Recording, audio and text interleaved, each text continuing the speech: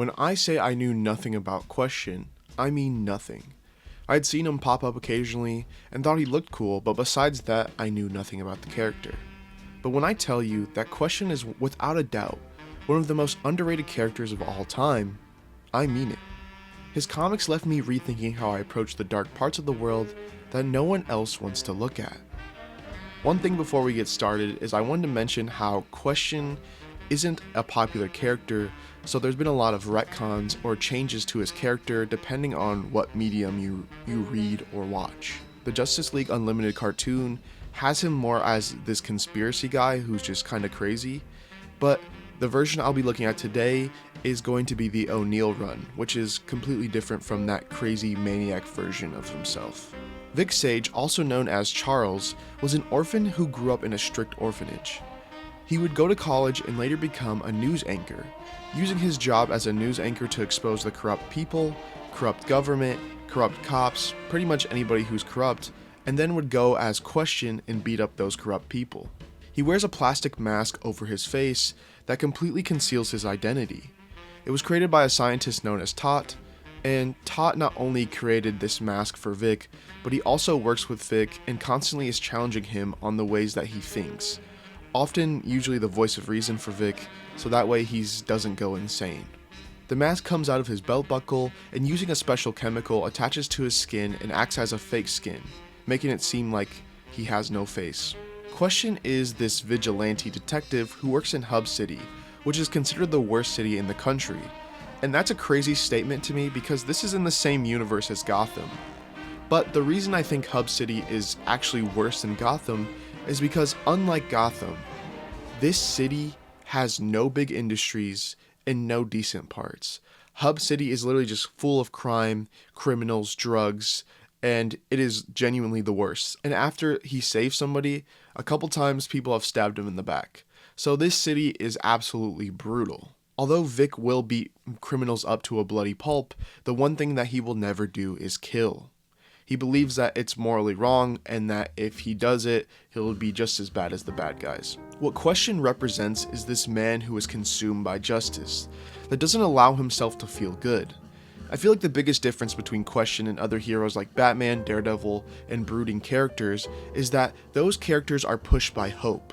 They have hope in humanity, they have hope that people can change, and using this sense of good of overall people, they push on. This is their driving force, knowing that people can change and that people are genuinely good.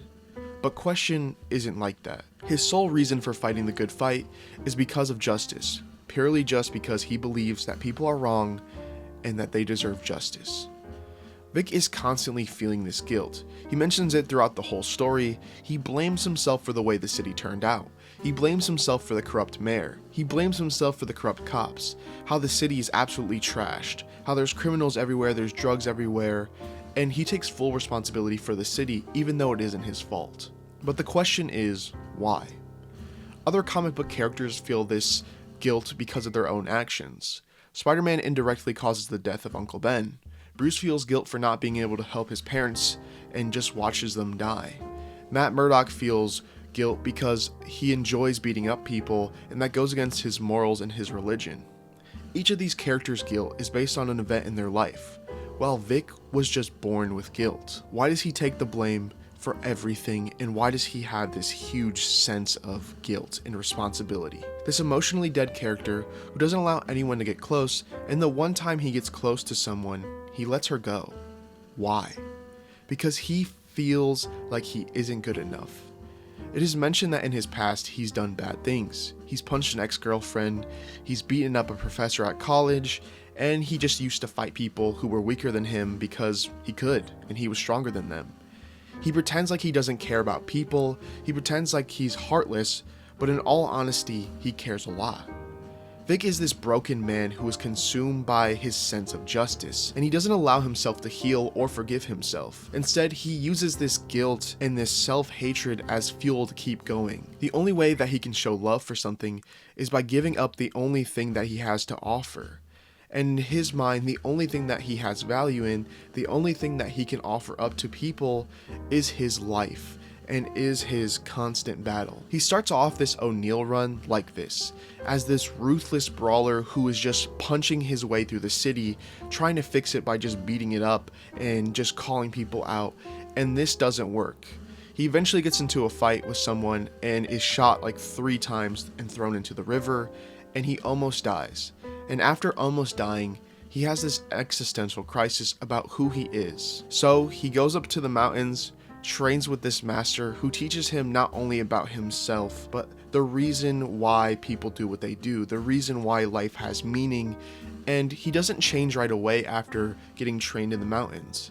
He's still the same Vic once he comes back to Hub City, but as time goes on and as we see him interact with other people, and we see him interact with these moments, these dark stories, these dark parts of Hub City, we see a little bit of that hope. We see Vic slowly change into this man who allows himself to hope, who allows himself to feel something for other people, even though he doesn't know them. And one moment that specifically stuck out to me is this moment where he's trying to protect this young lady at the orphanage, and he starts to build a snowman with the children.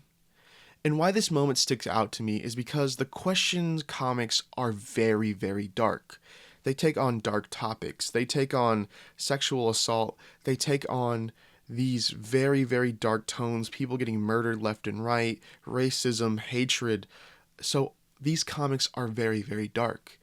And it's so jarring to see the Question, Vic, just stop and make a snowman.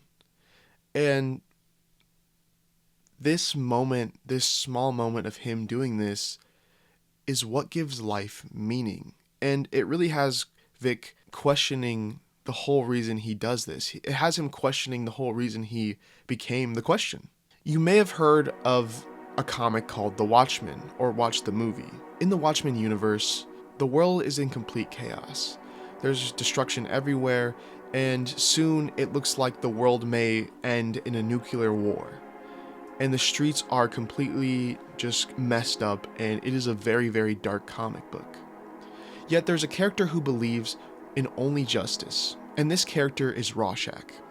Now, Rorschach isn't actually an alternate version of the Question, but as I was reading the Question, I couldn't help but make the similarities between the two, and the one difference between Rorschach and the Question is that Rorschach never allowed himself to see humanity. At one point when he starts off young, he has this hope in him, but slowly as he begins to see the dark parts of the world, he loses that hope in humanity, and he goes crazy. And he starts to see the world only as black and white, and he only believes in justice, believing that he's the last just person and that it is his job to give punishment. Now, the reason I bring up Rorschach in regards to Question is simple. Because Rorschach is what Question could be if he stopped caring. If Vic didn't see the complexities in humanity, if all he saw was justice, then he would become this robot, this senseless person. Justice may be blind, but what's the intention behind it? Vic has a heart, he has hope, but it's his own guilt and self-hatred that stops him from fully embracing it. The Question, Vic, is a tragic character. A character that is complex yet simple. He's a good man who hates himself for something he didn't do. He's a man who's trying to pay a debt that doesn't exist. I like the slow change in tone that he has over his run. How he starts off as this very brutal, very straightforward guy who just beats up criminals. But slowly over the run, he becomes more optimistic.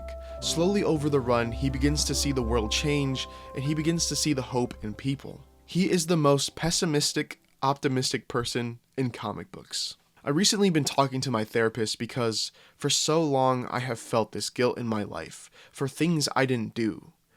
And it all stems back to my own self-worth. When I was younger, I was bullied, and because of this bullying, I felt like there was something wrong with me. So for years, I felt like I didn't deserve anything good, and when something bad happened to me, it felt fair. I took on this responsibility that wasn't mine. Why? Because I wanted to have value. I wanted to be worth something. And in my mind, I thought by taking responsibility for everything, I would have more value. But I learned that my value isn't in my actions, but by who I am. by becoming me, and I bring value that no one else has by constantly growing and helping others. Vic may not have come to this conclusion. He may still have this self-hatred for himself, but in that run, he slowly learns and is headed on the right path. The Question comics show this dark world, but it leaves me realizing that the world will always have these dark spots. It'll always try to consume you, and it's easy to get lost in all the bad things around you. But you can't let it change you. You can't let the darkness of the world consume you. You can bring light to the world.